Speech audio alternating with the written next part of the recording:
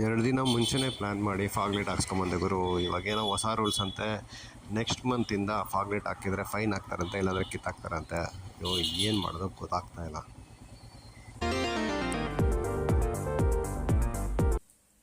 Fog light ಹಾಕ್ಸ್ಬೇಕಾ? Fog light ಹಾಕೋಕ್ಕೆ plan ಮಾಡ್ತಾಯಿದ್ದೀರಾ?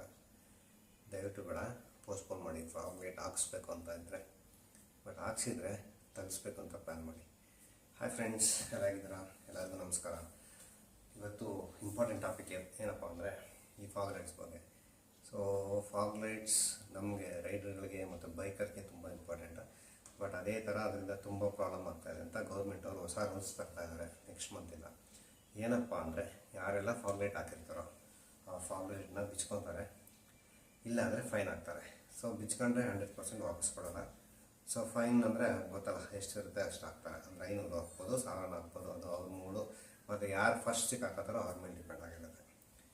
So ಏನಪ್ಪ ಅಂದರೆ ಫಾಗ್ ಲೈಟ್ ಆ್ಯಕ್ಚುಲಿ ನಮಗೆಲ್ಲ ಇಂಪಾರ್ಟೆಂಟ್ ಇದೆ.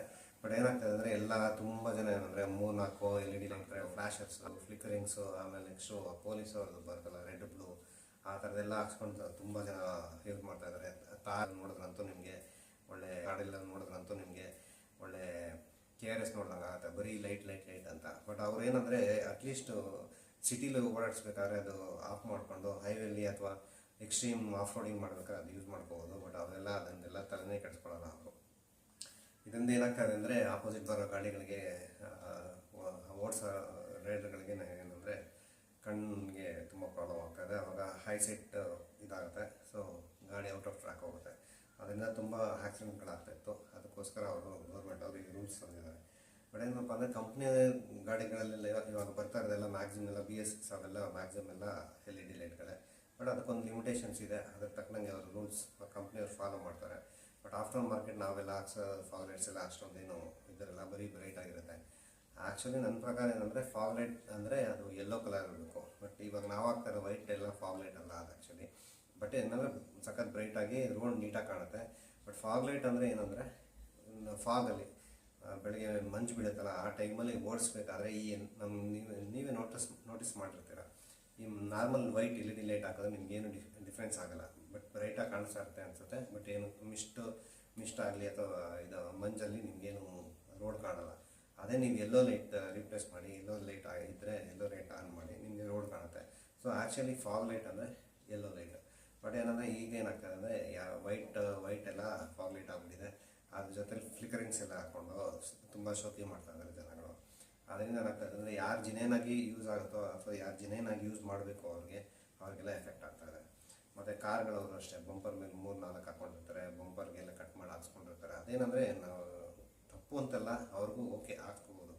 ಬಟ್ ಏನಾಗ್ತದೆ ಅಂದರೆ ಒಂದು ಸಿಟಿಲಿ ಅದೆಲ್ಲ ಯೂಸ್ ಮಾಡಬಾರ್ದು. ಹೈವೇಲಿ ಹೋದಾಗ ಆಪೋಸಿಟ್ ಅವರು ಯಾರಾದರೂ ಐ ಬೀಮ್ ಲೋ ಬೀಮ್ ಅಥವಾ ಡಿಮ್ ಅಂಡ್ ಡಿಪ್ ಮಾಡಿದಾಗ ಅವರು ಅದಕ್ಕೆ ಕೋಆಪ್ರೇಟ್ ಮಾಡಬೇಕು. ಬಟ್ ಎಷ್ಟೋ ಜನ 90% ಯಾರು ಮಾಡೋದೇ ಇಲ್ಲ, ಅದ್ರ ಬಗ್ಗೆ ತಲೆನೇ ಕೆಡಿಸ್ಕೊಳ್ಳಲ್ಲ. ನಾವು ಬೈಕರ್ಸ್ ಎಲ್ಲ ಡಿಮ್ ಅಂಡ್ ಡಿಪ್ ಮಾಡಿದ್ರೆ ಅವ್ರೇನು ತಲೆ ಕೆಡಿಸ್ಕೊಳ್ಳಲ್ಲ. ಸೊ ಐ ಬೀಮಲ್ಲೇ ಓಡಿಸಿರ್ತಾರೆ. ಸೊ ಅದೇನಂದರೆ ಕಣ್ಣಿಗೆ ಪ್ರಾಬ್ಲಮ್ ಆಗುತ್ತೆ. ಆವಾಗ ರೋಡ್ ಕ್ಲಿಯರಿಂಗ್ ಸಿಗೋಲ್ಲ. ಸೊ ಅದರಿಂದ ತುಂಬ ಆಕ್ಸಿಡೆಂಟ್ಗಳಾಗ್ತಾಯಿದೆ ಅಂತ ಗೌರ್ಮೆಂಟ್ ಅವರು ಈ ರೂಲ್ಸ್ ತಂದಿದ್ದಾರೆ. ಸೊ ಏನಾಗ್ತದೆ ಅಂದರೆ ಇವಾಗ ಫಸ್ಟ್ ಯಾರ್ಯಾರು ಸಿಕ್ಕಾಗುತ್ತಾರೋ ಅವ್ರಿಗೆಲ್ಲ 100% ಕಿತ್ಕೊಂಡು ಇದೆಲ್ಲ ಪ್ರಾಬ್ಲಮ್ ಮಾಡ್ತಾಯಿದ್ದಾರೆ. ಇದೇ ಥರ ನಮಗೆ ಸೈಲೆನ್ಸರ್ನು ಲಾಸ್ಟ್ ಟೈಮ್ ಮಾಡ್ತಾಯಿದ್ರು. ಅಂದರೆ ಇವಾಗಲೂ ಇದೆ ಅದು ರೂಲ್ಸು. ಲೌಡ್ ಸೌಂಡ್ಸ್ ಇದ್ದರೆ ಏನಂದರೆ ಅದನ್ನು ಸೈಲೆನ್ಸರ್ ಕಿತ್ತಾಕ್ತಾರೆ. ಆಮೇಲೆ ನೆಕ್ಸ್ಟ್ ಇಲ್ಲಾಂದರೆ ಅದಕ್ಕೆ ತುಂಬ ಫೈನ್ ಆಗ್ತಾಯಿದ್ದಾರೆ. ಸೊ ಏನಂದರೆ ನಮ್ಮ ಬೈಕು ನಮ್ದು ಎಷ್ಟೋ ಅದ್ರ ಮೇಲೆ ಸೆಂಟಿಮೆಂಟ್ ಇರುತ್ತೆ. ಮತ್ತು ಎಷ್ಟೋ ದುಡ್ಡು ಖರ್ಚು ಮಾಡಿರ್ತೀವಿ. ಸುಮ್ಮನೆ ಅವ್ರು ಯಾರೋ ಬಂದು ಮಧ್ಯದಲ್ಲಿ ನಿಲ್ಲಿಸಿ ನಮ್ಗೆ ರಿಸ್ಟ್ರಿಕ್ಟ್ ಮಾಡಿ, ಆಮೇಲೆ ಇವಾಗ ಒಂದು ರೈಡ್ ಹೋಗ್ಬೇಕಾದ್ರೆ ಯಾರೋ ಒಂದು ಇಬ್ಬರು ಹಾಕ್ಕೊಂಡಿದ್ದಾರೆ ಅಂದರೆ ಆ ಫುಲ್ ಗ್ರೂಪ್ಗೆ ಒಂಥರ ಕೆಟ್ಟಿದ್ರು. ಯಾಕಂದರೆ ಆಮೇಲೆ ನಿಲ್ಲಿಸಿ ಆ ಫುಲ್ ಡಾಕ್ಯುಮೆಂಟ್ ತೋರಿಸಿ ಅವ್ರ ಹತ್ರ ರಿಕ್ವೆಸ್ಟ್ ಮಾಡಿಕೊಂಡು ಅದೆಲ್ಲ ಸೈಲೆನ್ಸರ್ ಸೌಂಡ್ ಇಲ್ಲ, ಅದೆಲ್ಲ ಬೇಡ. ಇವಾಗ ಏನು ಮಾಡೋಣ ಅಂದರೆ ನಾವು ರೈಡ್ ಮಾಡ್ತಾಯಿದ್ದೀವಿ, ನಾರ್ಮಲಾಗಿ ಕಂಪ್ನಿಯಿಂದ ಏನು ಬರುತ್ತೋ ಅದೇ ಥರ ಸೌಂಡ್ ಇರಲಿ, ಅದೇ ಥರ ಲೈಟಿಂಗ್ ಇರಲಿ, ಅದು ಹಾಕ್ಕೊಂಡು ಯೂಸ್ ಮಾಡೋಣ. ಯಾಕಂದರೆ ಸುಮ್ಮನೆ ಅವ್ರ ಮುಂದೆ ತಲೆ ಕೆರ್ಕೊಂಡು ನಿಂತ್ಕೋಬೇಕು.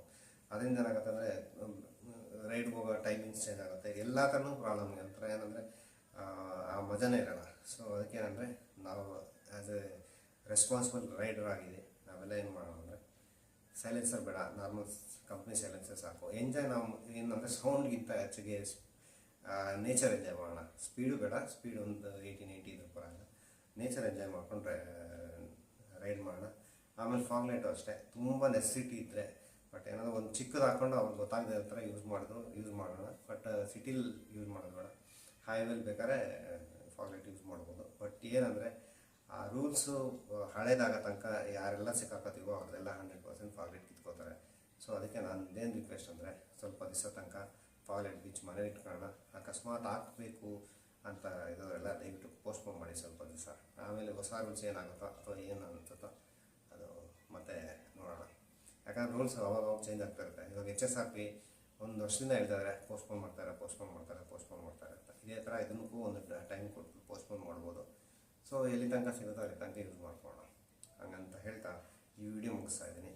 ಜೈ ಬೇಡ್ರ ಬೊಮ್ಮ ಅಂತ ಈ ವಿಡಿಯೋ ಮುಗಿಸ್ತಾ ಇದ್ದೀನಿ. ಮತ್ತೊಂದು ವಿಡಿಯೋದಲ್ಲಿ ಬೇಗ ಸಿಗೋಣ. ಅಲ್ಲಿವರೆಗೂ take care, bye, have a fantastic and marvellous day. See you soon in next video.